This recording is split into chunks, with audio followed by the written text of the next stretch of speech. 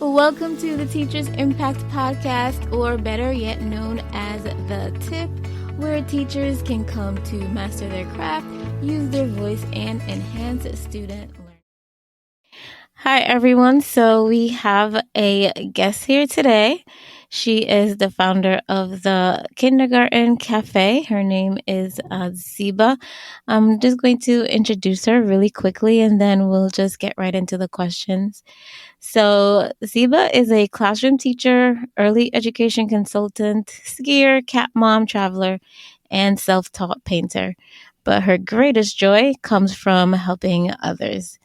Through Kindergarten Café, she supports early childhood teachers with classroom tested strategies that help take stress off our plates and support our students better from arrival to dismissal. So, Zeba is the perfect person to talk to us today because she helps elementary teachers from K to 2 to help us with better strategies and helping our classrooms from arrival to dismissal. So thank you for coming today, Zeba. I'm so excited to talk to you. Is there anything else that you'd like to add? No, that sounded great. I love helping teachers. My heart is with kindergarten. My passion lies with kindergarten. I've taught K through 3. So I have experience in all those grades. But, my joy comes from helping teachers. And so I have a podcast. I have different workshops that I offer throughout the year and, different resources to offer for teachers. So I'm just trying to support people however I can. Thank you so much. All right, so we're going to talk about managing learning centers. We know that this is an area that a lot of teachers struggle with. Even if you're a beginning teacher or a mid-year career teacher, or veteran teacher, we could always use some tips. So Zeba, could you tell us what strategies do you use to keep students engaged in learning centers while you're working with small groups?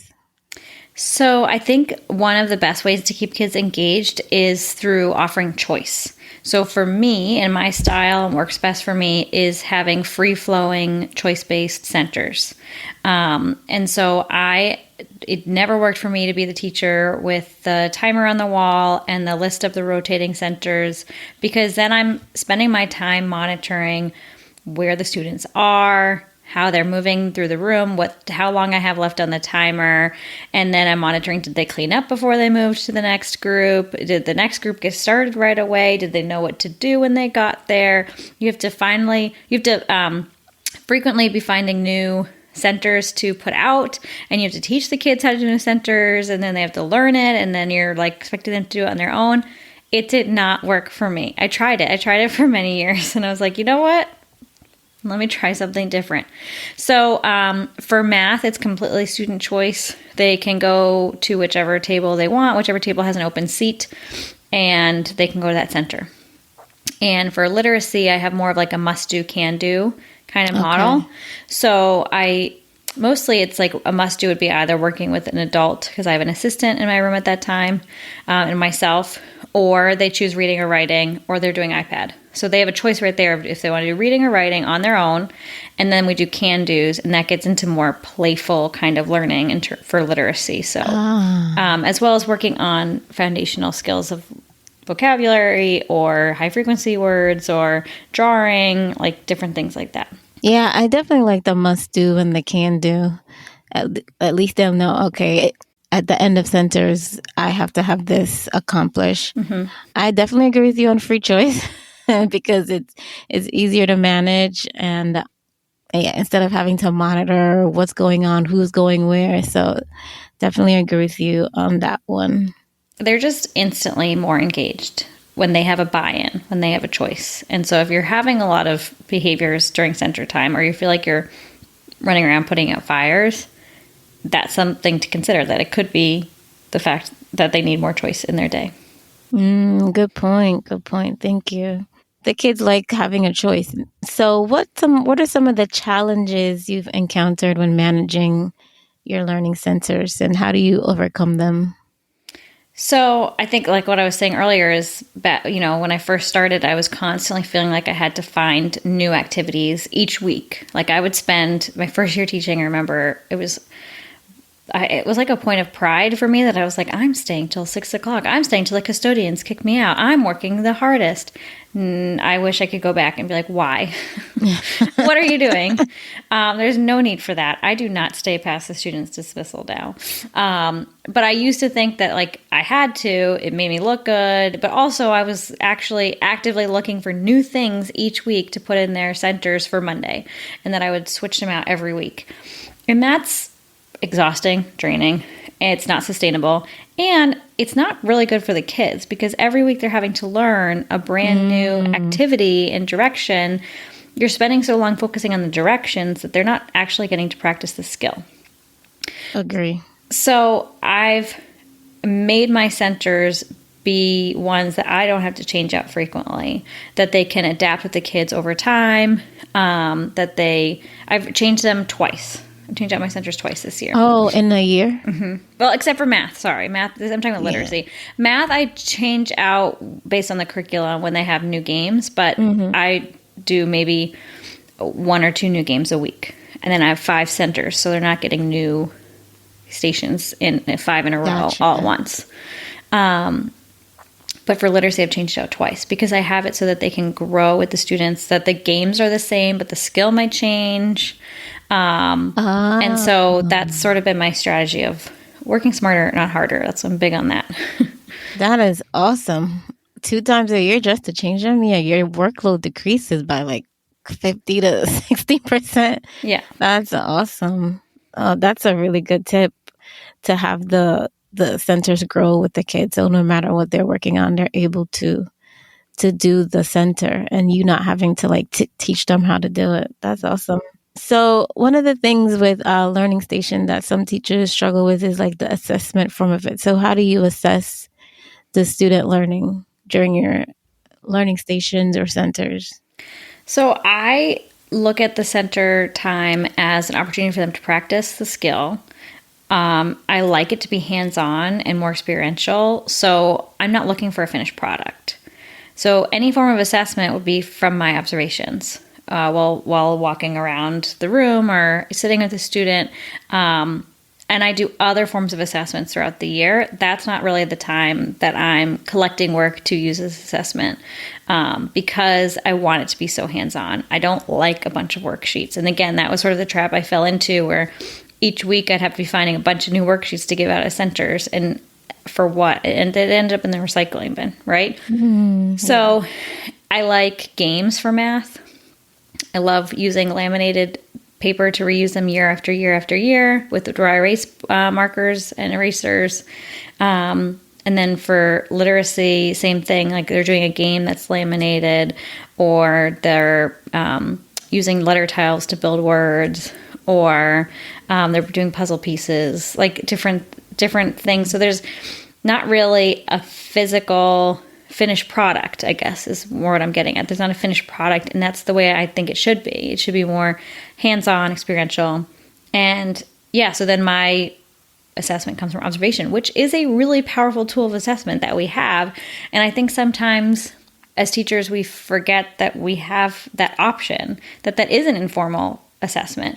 And our observations of the students are so important, and that we make so many decisions based on those observations. So believe in yourself. I agree with you completely, because it's some things that you can see on paper that you might not see when you're using observation as an assessment. So I think, yeah, you're right. Observation is a really powerful tool of informal assessment. I agree with you that during learning stations or centers, like you said that hands-on, just giving them the time to just practice the skill is really important for the assessment part of it. Or do you have like, maybe it's like the end of the week, or, you just or every couple of weeks you do like formal observation to see where your kids are for the small group? Yeah, roughly every 6 to 8 weeks, I do a more formal check-in with each student on different skills that they haven't mastered yet. And so I'll check in with them on that. And then we have benchmarking 3 times a year. That's formalized by the school. But I do it probably every 6 to 8 weeks, a check-in on something. Whether it's number ID, counting, letter ID? Can they, write CVC words? Like I'll change it up depending on what I want to know about the student, but it'll be more formalized one-on-one. Yeah. Every 6 to 8 weeks. Nice. And that's how I form my small groups, is based on those assessments. And then I'll regroup after those 6 to 8 weeks. But I also use the observations in my group. So if I'm noticing that I've made a group of the kids that all are working on blending CVC words, and one kid starts taking off with it, I don't need to keep them in that group just to wait for the next 6 to 8 week check-in. I'm just going to move them to a group that makes more sense based on my observations. Oh, nice. So that flexibility, right? Once you see that the kid is progressing, then you just move them whenever you need to. Nice. How do you incorporate technology in your learning centers, or what role does it play? Well, I have the slides up on the board for literacy to show the kids the options of must do, can do. I give the kids the iPad during center time. They get it once a week. And we have an app that goes with our benchmarking system. And then I use Epic as well to let them listen to books. And so they have that once a week with the iPad. But during both centers, literacy and math, I love letting them use Seesaw on the iPad, which lets them take a picture or video of their work. So again, this is, we talked about, there's no finished project if it's a game or a building or a, laminated sheet, but they can take a picture of what they've built or what they've created, and they can upload it to Seesaw. They can even add a little voiceover, and sometimes they're so cute. So they'll be like, "Hi, Mommy, I made this today. I love you." I'm like, "Oh my gosh." And then I check it over before I submit it to the parents, because sometimes they're wacky, and I'm like, "No, you're wasting your time." But so I check it first, and then the parents can see it. So the parents get a little sneak peek of what's happening in the classroom, which they love. Yeah. It's great because I'm not sending home a lot of worksheets. So it's a great way for them to see what they're learning. And it does serve as a more formalized form of assessment, as opposed to just erasing their laminated sheet and moving on. Yeah. Oh, that's good. So how do you give the kids how did they get the picture? So they take an iPad and they go to the Seesaw app, and I've taught them all how to do this, and they take the picture, and then they can do a voiceover if they want, and then they submit it, and then they put the iPad back and go back to what they were doing. Oh, so use the iPad to take the picture. Oh, that's great. Yeah, highly recommend Seesaw. Nice. Yeah, that's really good, because then you're not doing the work. They're taking the picture, they're sending it to their parents. That's awesome. Yeah, and also it's very cool to see what they value of their work. What they are like, this is important to me, that I want to share this with my parents. That's really good. I haven't tried out Seesaw, but I think I'm gonna give it a try, because they would actually love it. I have first graders. But they could probably do more with it than my kids can. There's also activities and things that you can do there, but I haven't jumped into all that with my class. But definitely they've mastered the taking a picture or a video and uploading it. So we all know the talk of social emotional learning and collaborative learning. So how do you ensure that your learning centers are collaborative and promote social skills among your students? So my math centers are, like I said, a lot of them are game-based, and the way that the curriculum set it up at first, I hated it, and everything was in partnerships, and now I've actually come to really love it. So they always have a partner wherever they go to the math stations, and I mix it up randomly. But to set them up for success for this, I do a week-long unit at the beginning of the year on how to be partners. Might not just be learning partners, but partners in general. So the kids are learning key skills of asking to take a turn, negotiating, being flexible, being welcoming, good sportsmanship, stuff like that we think kids should just know. And just like any other subject area, they need to be explicitly taught. And so if you're having issues with your class where someone's hogging materials, or they're, not working together well in this game, whatever, stop everything and have a lesson about it and be explicit about the kind of social skills that they need. I didn't mention this in the introduction, but I've actually written I've written several children's books, but I've published 2 children's books that go with the social emotional curriculum. And so it's this whole Caring Critters series. So we have Felipe, the Feeling Frog, and Trixie, the Thoughtful Turtle. And so each month in my class, I use one of those stories that I've written. It's like I said, 2 are published. And I have a social emotional focus for the month. And I explicitly teach them the skills that they need for that focus. And then we do activities to practice it, because they do need time to practice and learn after some explicit teaching, just like any other subject area. So centers are a great time to promote the social skills between students, especially because you are more hands-off. You are working in small groups, so you are relying on kids to be more responsible, independent problem solvers, but you can't expect them to do that without teaching them how to solve their own problems, how to work with others, how to negotiate, how to say something bothers them. All that needs to be taught. Yeah, I couldn't agree more. Teaching them how to solve their own problems. And then if you notice that there's a problem with the class, just stopping and reteaching that social emotional skill or that skill. That's awesome. And you published your own 2 books. That's awesome that you read to your class. That's pretty cool. Yeah. And it's the Caring Critters series. Yes. Yeah. So I have written 12 that I read to my class throughout the year, basically 1 a month. And so each month has a focus related to that story. But we're working on getting them published, but there's definitely 2 out there that anyone can use. And you can use the related curriculum that goes along with it to help for your lesson on emotions, emotional regulation, or like good decision making, responsible decision making. That's wonderful. Wonderful. So what advice do you have for new teachers with regard to learning centers? And you can give us something that, let's see, how do I put it? Something that you may not hear, like we always say, no, yes, you have to teach the routines at the beginning of the year, but something that, you may not hear this often, but it's really going to help you a lot. I have a couple things that I'm thinking of. My first piece of advice is that you don't have to stick throughout the year with the system if it's not working.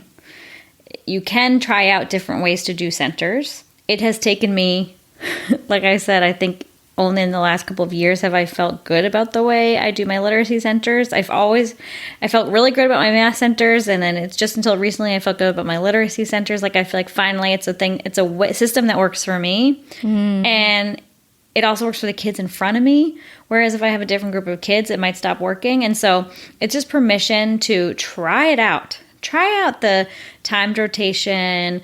Try out the assigned groups. Try it out. If it doesn't work, you can change it up. You don't have to stick with it for the rest of the year. If it's not working, change it up. And it's going to take several tries to get to the system that works best for you. And you can listen to mentor teachers and you can visit classrooms, but at the end of the day, it has to work for you. And there's no right or wrong way to necessarily do it. It's just about what works best for you and the kids in front of you. So that's my first piece of advice. And my my second piece of advice is that when you are starting out centers, start, like you were saying, started out with teaching all the routines, but I would start very slowly and purposefully, where you teach one center and you do that as a whole class. Then you teach a second center and you do that as a whole class. And then you have 2 centers and all you're doing is practicing those 2 centers. However you want to do your routine, whether it's a time rotation or free flowing, have that be the only 2 options. And then very slowly, you could introduce another center once they start to get the hang of how they move around the centers, how they change, however it is that you want to do it. After they feel good about that, then you can introduce a 3rd center.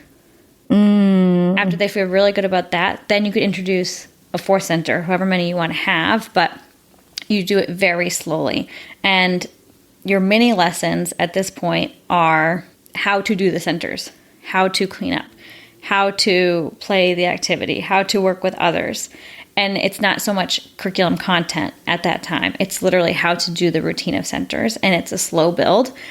But if you put the time in to do that very slow introduction, then you will be able to pull small groups in kindergarten by like December. That's my philosophy. Yeah. For kindergarten in December, yeah. Yeah. That's awesome. I would say not before then. Yeah. Just because they're not ready developmentally, they're not independent enough yet. They need that slow build. But in the upper grades, they can be ready much faster, but I still would do that very slow progression so that they master the art of centers as you want it to be, so that they can be independent and it can free flow without you even being there. I mean, you would be there, but like you don't even have to touch it and the kids know exactly what to do. That's the goal. Yeah, so slow and steady wins the race, right? Yeah, and I like how you said, make it work for you, because everybody's different. Like some teachers, they could go like that with the time rotations. Other teachers are like, oh man, I can't. I'm more of like a free flowing. It's free flowing / timed, but yeah, make it work for you. And with the kids in front of you, because too, I've had years where the free flowing did not work for that group of kids. And I was so sad because that's all I wanted to do. But it just was like, I came to a point where I'm like, it's not working. And I can change something or I can ask them to, but they're 5 years old. They're not going to. Right. So what can I change to make their behavior better, to make this a better time for them?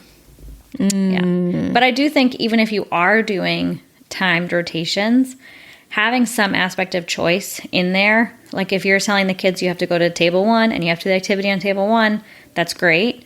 But maybe they have 2 activities to choose from, right? Or maybe they have like the must do and then they have can do's for when they finish that, right? Like find a way to offer some student choice, where they work, how they work, what materials they use to do the work, what activity they do, like something in there to make them more engaged, and then they will be better. They will be more independent at the center when you're pulling small groups. Thank you for that. Thank you. Yeah. So making sure that they have choice and making it work for you, not only for you, but the children in front of you is really important. And so thank you, Zeba. Where can the listeners find you if they wanted to learn more information about you? Sure. Thanks for having me. They can go to my website, kindergartencafe.org. They can find my podcast, the Kindergarten Cafe Podcast, or I'm on all the social medias at Kindergarten Cafe.